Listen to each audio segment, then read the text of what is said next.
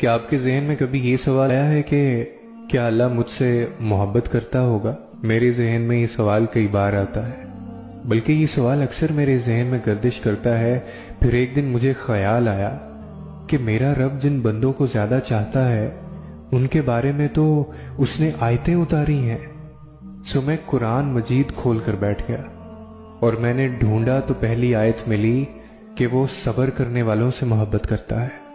مجھے ملال ہوا، مجھ میں تو نام کا بھی تقوی نہیں۔ پھر میں نے آگے پڑھا کہ وہ صابرین کو محبوب رکھتا ہے۔ مجھے اپنے بے صبرے ہونے پر شدید افسوس ہوا۔ مزید آگے بڑھا تو جانا اللہ مجاہدین، کوشش کرنے والے سے محبت کرتا ہے۔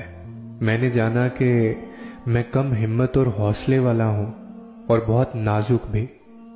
پھر آگے بڑھا تو کیا پڑھتا ہوں کہ وہ احسان یعنی نیک اعمال کرنے والوں کو پسند کرتا ہے، مگر میں اس سے بھی بہت دور رہا ہوں۔ پھر میں نے اپنی تلاش ترک کرنے کا فیصلہ کیا، اس ڈر سے کہ اب شاید میرے پاس ایسا کچھ بھی نہیں جس کے باعث اللہ مجھ سے محبت کرے۔ اس کے بعد میں نے اپنے اعمال کو کھنگالا تو سب فتور اور گناہوں سے آلودہ تھے۔ پھر اچانک میری نظر اللہ کے ایک اور پیغام پر پڑی جس میں وہ کہتا ہے کہ